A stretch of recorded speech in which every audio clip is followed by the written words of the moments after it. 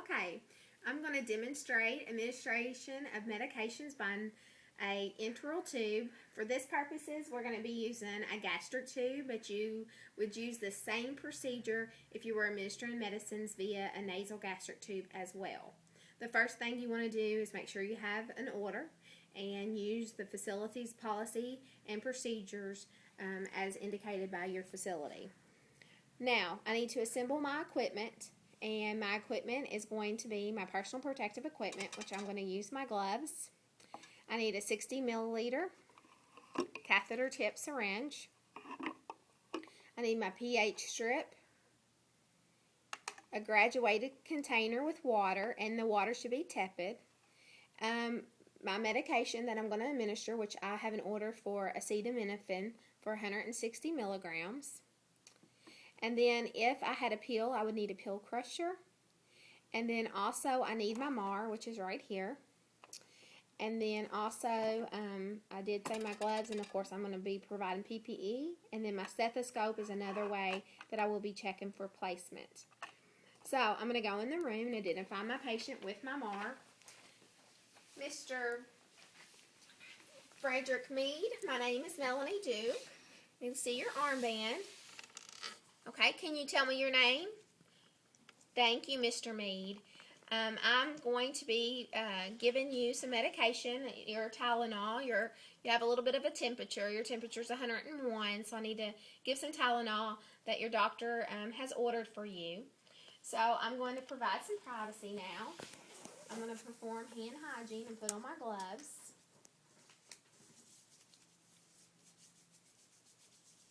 And then I'm going to prepare my medicine according to the form of my medicine. I happen to have a liquid that is ordered. If I had a pill that was ordered, then I would have to crush that pill, but I would need to make sure that it could be crushed. Go back to fundamentals and review that information. Remember, enteric-coated, sustained release, extended release, and those different types of medications cannot be crushed. So be sure to verify that your med can be crushed. It's very important. I have my liquid, so now I will look at my MAR, and I will verify 3 times that I have the right medication, the right route, the right med, right route, right drug, right time, and right dose. And my dose is for 160 milligrams, and it says 160 milligrams per 5 milliliters. So I'm going to open up my Tylenol bottle, and I'm going to, just as your fundamentals instructors taught you, get eye level. And I have 5 milliliters. And again, I'm verifying with my MAR, my acetaminophen 5 mils. And I have verified my medicine 3 times. So now I have my medication prepared. Now, the next thing I'm going to do is I want to explain the procedure to the patient. So I'm going to be flushing your tube here, and then I'm going to give your medicine, and then I'm going to flush your tube again, and I'm also going to be checking for placement. So first, before you ever give anything in a tube, you always have to check for placement. Now, if this patient was hooked up to feeding, which we're going to pretend that he is hooked up to feeding, I also need to check for residual. So, I'm going to show you the order and the sequence in which I would do everything. The first thing I would do is get my syringe, and I would put in 30 milliliters of air.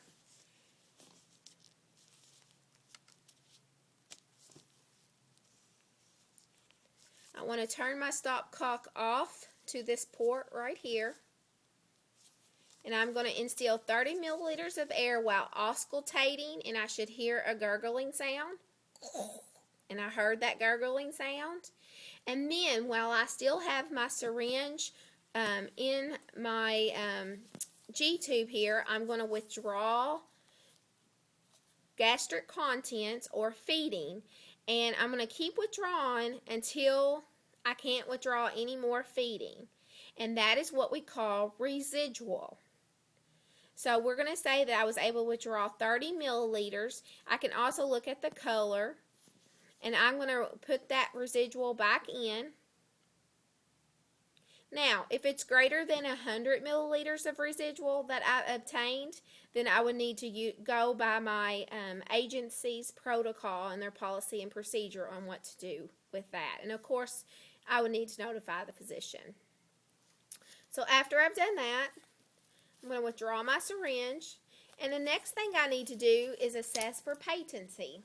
And of course, to assess for patency, I will definitely want to flush my tube with 30 milliliters of water. Again, the water should be tepid, so I'm going to use my 30 milliliters.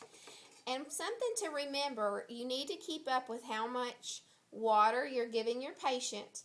So what I always do is I fill my container to a certain amount, and I actually had this filled to 250. So then when I'm done giving my patient all their medications and diluting everything, I can see how much is left and subtract the two and know how much to record in my intake for my patient. Because remember, it's very important that we always keep up with their intake and their output. So I'm going to draw up my 30 milliliters of water. And I'm going to turn my stopcock off to there. And I'm going to flush the tube, and it's flushing nice and easy. And I have flushed with my 30 milliliters. I'm going to turn it back off. And now we're going to take out our plunger out of our syringe, and we're going to give our medications by gravity. So I'm going to take and I'm going to put my syringe back in there.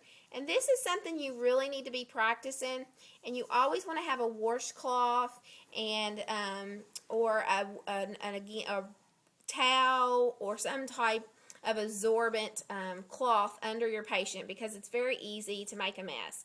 But it's very important when you're doing this that you're holding the tube and your syringe so that it doesn't come undone, because it will disconnect very easily. So I'm going to hold both, and I'm going to pour my medicine in here. So I've poured my medicine in there, and then I'm going to let my medicine run through. After my medicine's ran through, I'm going to immediately turn my stopcock back off, and then I'm going to follow with a flush of another 30 and let that run in. Now, if my patient was on multiple medications, I would only flush with about 15 milliliters of water, give another medication, flush with 15 more milliliters, give another medication, and then after my last medication, I would flush with 30 milliliters of water. Now, it is very important that I leave my patient sitting up at least 30 degrees, because with anybody with a tube, there are going to be a higher risk of aspiration. So we want to allow that medicine to be able to be metabolized and absorbed. The other thing is, if this was an NG tube, a nasal gastric tube, it would be, and the patient was hooked up to suction, I would have to leave the suction off also for 30 minutes. Because if I gave them medication through an NG tube, and then I immediately hooked them up to suction, what's going to happen to my medicine?